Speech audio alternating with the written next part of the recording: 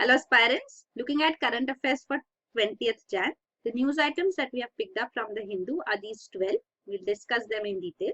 The first one, 80% IS suspects educated in schools, not madrasas. So this is National Investigation Agency NIA, which has done the analysis on the data of around 52 persons who have been arrested by NIA in 2016 for allegedly plotting terror attacks and being part of the banned outfit IS, Islamic State, which is an international terrorist organization quite in news presently. So it is prominent in Syria and Iraq, and of course has undertaken operations across the globe. Paris attacks, Bangladesh attacks, they have claimed responsibility as such. So Indians been attracted to this organization and having been affiliated to it and having plotted some terror attacks as such. So these those arrested are being, the data of them is being analyzed, and the NIA has given this report. It says that nearly half the suspects out of these 52 were followers of Ahle Hadith. So these are various sects in Islam. So Ahle Hadith are called Salafis or Wahhabis. So those are believe in the puritical form of Islam, the previous or pure form of Islam, no modifications. So this is promoted by Saudi Arabia. So this Ahle Hadith group, they are the prominent in the suspects. 30% are followers of Tablighi Jamaat. So this is Sunni Islamic movement, Tablighi Jamaat.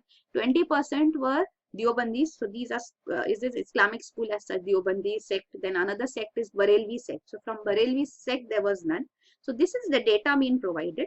47 of the accused were from Sunni sect of Islam, which even Islamic State is, and 5 were converts from Hinduism and Christianity. Right.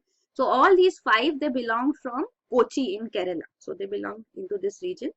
Regarding educational qualifications, 20 were graduates, even 3 were postgraduates. So even education levels, many were high too. The states from which they came was majorly Maharashtra and Telangana, 12 each from them.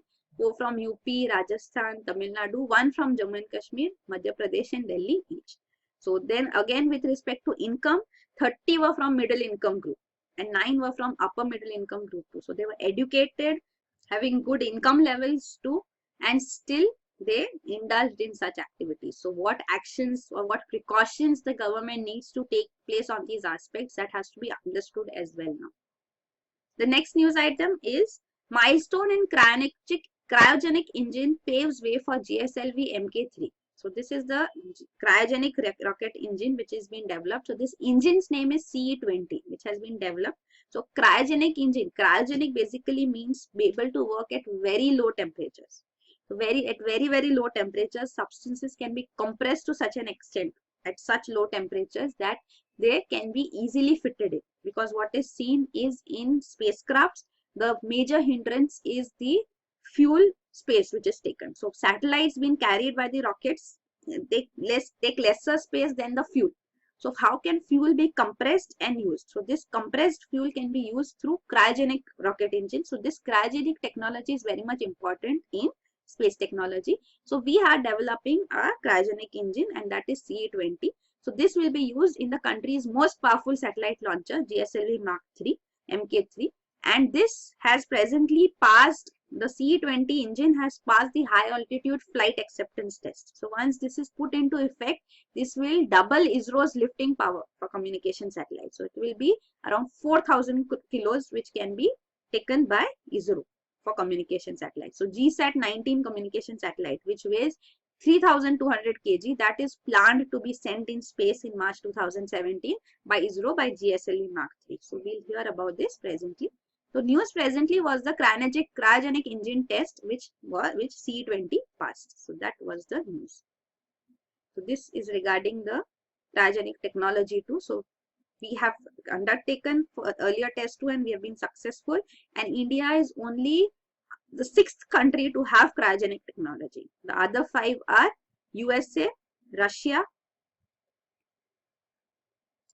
European Space Agency, China and Japan. So India is the 6th one.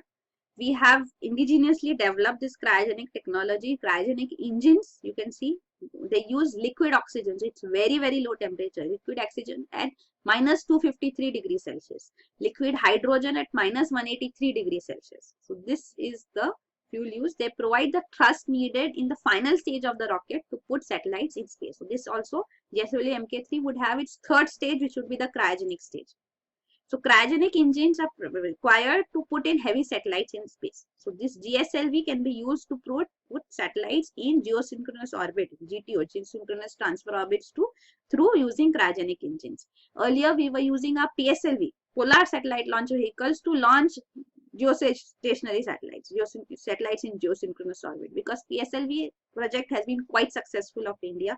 We have even put in orbits various satellites of various countries using a PSLV satellite launch vehicle. So this is Polar Satellite Launch Vehicle, and this is Geosynchronous Satellite Launch Vehicle. So Polar Satellite Launch Vehicle used for putting in geosynchronous orbit satellites. So this was the case. But now, since we have started work on our independent cryogenic technology, we have been successful, and we are working on GSLV satellites itself being able to put satellites in orbit. So this GSLV will be able to put in satellites weighing up to 4,000 tons. With PSLV, when satellites were put in geosynchronous orbit, the maximum was up to 1 ton or so, just little over 1 ton, not more than that. 1 ton means 1,000 kg, and now it will be 4,000 kg as such. Then the next news item is, don't add Hindi dialects in 8th schedule, says academics. So there are demands to put in dialects of Hindi. So Bhojpuri, Rajasthani, etc. These are dialects of Hindi. So these dialects should also be put in the 8th schedule. So 8th schedule is the list of scheduled languages. There are 22 languages which are presently part of it. So there are various schedules to the constitution. There are 12 schedules. The 8th schedule lists the number of languages. So these 22 languages are given prominence. So the demands, the academicians are saying, Hindi academicians, that if you put in dialects, then the number of speakers of Hindi would reduce, because they would get bifurcated. Then Hindi's prominence would reduce. So if the government does not want to minimize or reduce the prominence of Hindi, then dialect should not be added into the constitution, the 8th schedule. So that is the proposal being put forth now. Then the suggestion being put forth. So these are the list of 22 scheduled languages to see. Even for UPSC Civil Services examination, a candidate can write answers in any of the 22 languages which are listed. But the questions are in mains are only in English and Hindi. So these are the 22 languages. Originally there were only 14, and gradually we have added many more. Bodo, Dogri, Maithili and Santhali were the last 4 added languages. So Bodo, Bodoland in northeast here. Dogri is from Jammu and Kashmir region. Maithili is from Bihar, and Santhali from Jharkhand, Santhal region. Then the next news item is, church courts cannot veto divorce law, says Supreme Court. So Supreme Court has said that church courts are there which provide canon laws and decrees. So these are decrees on divorce. They cannot go against the Indian Divorce Act of 1869. So this is Pre-Independence Act, and this is for Christians, divorce of Christians as such. So these govern the divorce related cases of Christians. So nothing can be given by the courts of these churches which go against the Act's provisions. So this has been clarified by the Supreme Court, but then the arguments are being put forth that when there is personal law with respect to minority religions, then why not for Christianity? Like Muslim personal laws are there, then why for Christianity there is this discrimination? Because again, this is a pre-independence law. So this argument has been put forth. Even some Catholic churches also undertake second marriage, which is actually not allowed under the Indian system as such, personal laws as such. So these questions are also being put forth, that why Christians are being discriminated against. But we should remember, even the Supreme Court is presently looking at the triple talaq case with respect to Muslims also, and is going to give its viewpoint on that. It has taken up suo motu these cases of how the rights of women are affected because of these personal laws. So this is still further would complicate the matter, but the Supreme Court has clearly stated that church courts cannot go against. Church courts give these canon laws. So these laws which they put forth cannot go against the act of the government, the Indian government as such. The next news item is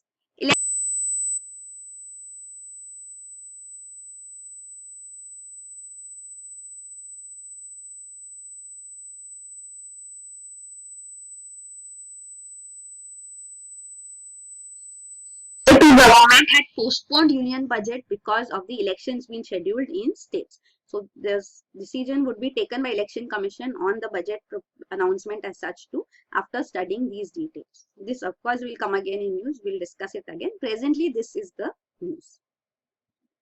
The next news item is Tamil Nadu can enact law to treat Jallikattu as a traditional sport. So Jallikattu case we have discussed in detail. You know about it. Supreme Court has clearly stated that Jallikattu cannot goes against the provisions of prevention of cruelty to animals, and the sport is banned.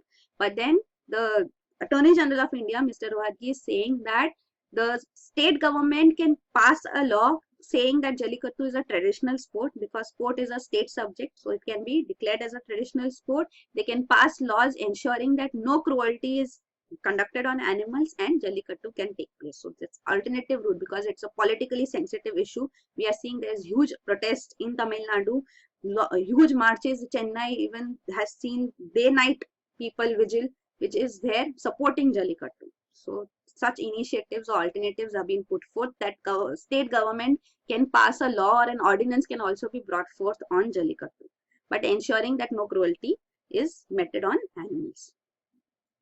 So this is regarding that Jallikattu, which means silver. Jallikattu means silver gold coins tied to the bull's horn. So the bull taming sport, a law has also been passed by the Tamil Nadu state government to minimize cruelty to animals, but still the sport as such taming a bull. So when bull is not a wild animal, why does it need to be tamed was the question which the Supreme Court had also put forth. So that is the question. And of course, it's not as grave as the Spanish sport in which the bull is killed. So Spanish bullfight, the bull is killed with a spear. That is not the case here. So comparison is also sometimes made between the two. The next news item is UK seeks India's help in resolving Chagos Archipelago dispute. So Chagos Archipelago is here in Indian Ocean, is the region here. These are small group of islands. They have been completely cleared of inhabitants. So inhabitants, around 2,000 inhabitants here from here have been exiled, and this military base has been established. So Diego Garcia is the military base of US which has been established here. It is British Indian Ocean Territory too, BIOT, which is another name given to it by Britain. So Britain calls it that, but Mauritius calls it as region which it owns. Even in UN clause case, in United Nations Convention on Law of the Sea in 2015, the tribunal had given its order to, and in that it had stated that the marine protected area which the UK government had proposed then, that is violating UN clause because these regions, according to the exclusive economic zone, access should be provided to Mauritius. So Mauritius has control over it. So this is the proposal because Britain is only controlling this region. It does not belong to Britain. So Mauritius government is clear that it belongs to its own country, and Mauritius government is asking to the region to be handed over, and UK is asking India to intervene, and because it has good relations with Mauritius, to make it understand that this Diego Garcia, the military base of US, is important for security in this region. So an agreement can come forth because Mauritius is now threatening that it would go ahead and file a case in International Court of Justice, the UN court as such.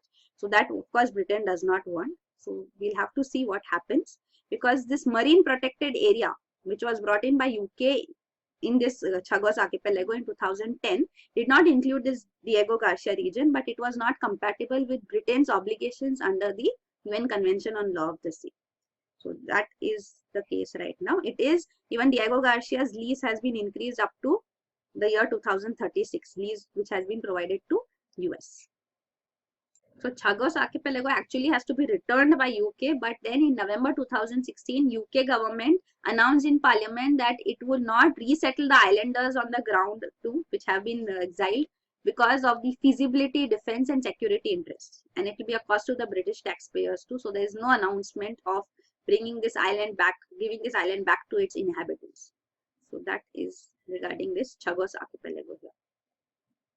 Then the next news item is, this is regarding the UN clause. You can see territorial waters. This is 12 nautical miles territorial waters, which we saw with respect to GST2. Contiguous area is up to 24 nautical miles. EEZ is up to 200 nautical miles beyond the territorial waters. Continental shelf goes beyond this. So this is regarding this. This is regarding the International Court of Justice, which was established in 1945 under the United Nations Charter. The next news item is airlines yet to collect regional connectivity scheme cess. So the cess which has been proposed, many airlines have not collected it, only 2, because they have initiated a case as we discussed. So only Air Asia and Air India have levied this cess till now. So that is the status presently. Remaining we have discussed, that's the same.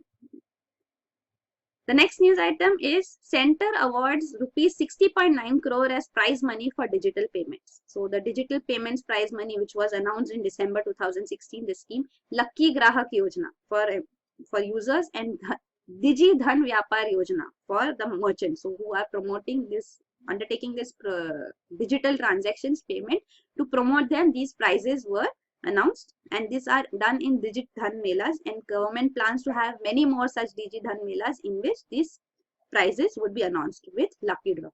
So that is their National Informatics Center is also planning to increase or enhance its technology infrastructure to play a key role to bring in digitization in the country. Also common service centers which are established in districts, so they have also been working on training citizens and merchants on using digital payment system. So this is regarding the schemes. The next news item is government to infuse rupees 1,894 crore capital into SBI. So State Bank of India will see capital coming in. So this is as per the proposal which government had announced in July 2016 itself. So this amount has been released, 75% was released, remaining was withheld, and it was based on performance. So that has also been released right now to SBI. The next news item is banks to report cash deposits above 10 lakh to IT department. So anybody having any deposit of more than 10 lakh in a year, so and with respect to cash payments, and 1 lakh or more on credit card bills, so they should be reported to the income tax department. So in November 2016, during pre-monetization, they had said that 2.5 lakh or more in one or more accounts of a person as such with respect to savings account, and 12.5 lakh or more with respect to current accounts of a person, one or more, have to be referred to the income tax department. So that also stays, and this additional provision has been put forth now about rupees 10 lakh or more deposits. The next news item is Competition Commission of India fines firms for bid rigging of rail tender. So rail tenders were issued, and in this the tender was provided to 3 companies, and there are allegations that all 3 of them had come together, colluded, means decided on amongst themselves what tenders to fill, so that the market is shared amongst the 3. So this is going against competition principles. So Competition Commission of India has fined altogether 2.92 crores fine would be collected from them. So this Competition Commission of India is a statutory body. It was established in 2003 under the Competition Act of 2002. It has become fully functional in 2009 only. Dhanendra Kumar was its first chairman. So it looks into looking into adverse effects to competition, sustaining competition, protecting the interests of consumers, ensuring freedom of trade in the market in India. So that is the functioning of Competition Commission of India. So it can also award such fines as such. So these are the news items. Thank you.